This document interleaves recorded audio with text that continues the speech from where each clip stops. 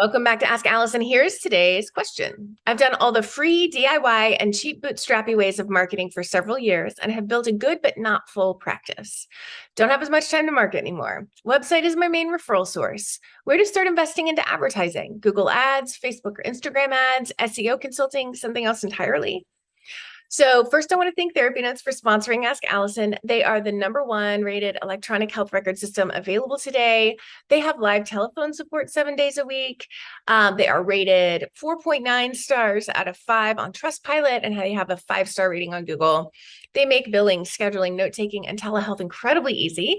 And now for all you prescribers out there, they are introducing ePrescribe. So if you're coming from another EHR, Therapy Notes makes the transition incredibly easy, importing your demographic data free of charge so you can get going right away. Find out why more than 100,000 mental health professionals already trust Therapy Notes. Go to therapynotes.com and enter the promo code ABUNDANT for 2 months absolutely free. Okay, so when you say you've done all the free marketing strategies and you haven't gotten full, I'm left with a lot of questions. I'm guessing by free, you mean cheap. I don't know any totally free marketing strategies that can fill your practice. Like sending letters to doctors' offices, introducing your practice is close enough to free that I'd count it as such, but I'm pretty sure that 99.9% of those letters get glanced at and then recycled. So I'm assuming you mean coffee networking and building a website that doesn't cost an arm and a leg, maybe not too expensive online listings, things like that. Now, here's what had me nodding. And I don't mean this to sound harsh, but it may. Just because you're trying doesn't mean you're doing it effectively. And that's not just you, that's all of us. So we don't know what we don't know, right? And if you don't know how to network effectively or how to write an online listing so that people will call, no amount of advertising is going to work. You may stay plateaued because you've gotten as far as the free stuff can take you with your current skill set.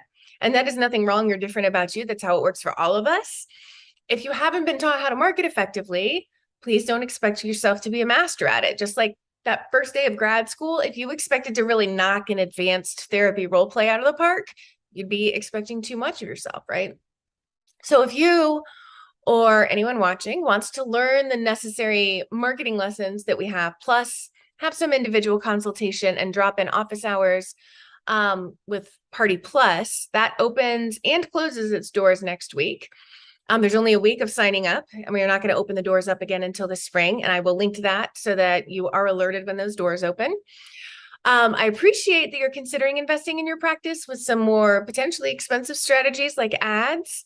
What I really want other therapists to consider is whether their money is being used as an investment. So if, for instance, you spend less time and energy on the cheap stuff, you invested a few $100s or a few $1,000s in the right, more expensive strategy, you might get full. You likely, if it's all done with best practices, you would get full for longer, or be full longer, right? So you're making tens or hundreds of thousands of dollars back from that investment sooner.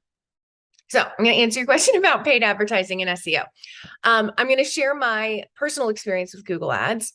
I've hired 3 different companies over the years. I have never gotten a decent return on investment. I consider a decent return on investment making 5 times what I spent. I've never gotten anywhere near there. And today's worksheet is all about ROI because that's something that kind of frustrates me as there's just a lot of money down the drain when you don't consider ROI. Okay, so back to Google Ads. I don't know if it's my niche, which is eating disorders, or the combination of eating disorders in my city, or the fact that I'm competing with treatment centers that have much bigger advertising budgets than I do. I suspect it might be that. Regardless, it's never worked for me, and I've paid thousands of dollars over the years. However, I know a lot of people outside my niche who swear by them, but they're not a cure-all. So if you do decide to dabble in Google Ads, I recommend hiring a professional instead of trying to DIY it. Clearly, I'm not a professional, so I'm not pitching myself here. General Facebook or Instagram ads, like in general about your practice, are not effective. If you have free content like a blog or a vlog that really connects with your ideal client and has a strong call to action, it's worth testing. Like If some of your current clients have mentioned a blog that had them call you, that would be one that I would definitely promote. Make sure the title is clear and alluring. The ad image is eye-catching. Make sure you're showing your ad to the right people and you're targeting. Like if you work with young adults who have failure to launch issues, target their parents, not them. My favorite resource for learning Facebook and Instagram ads is Social Lab Marketing. They have a training that they did in the Abundance Party. I've used shifting to SEO, which is search engine optimization, which is essentially being Googleable.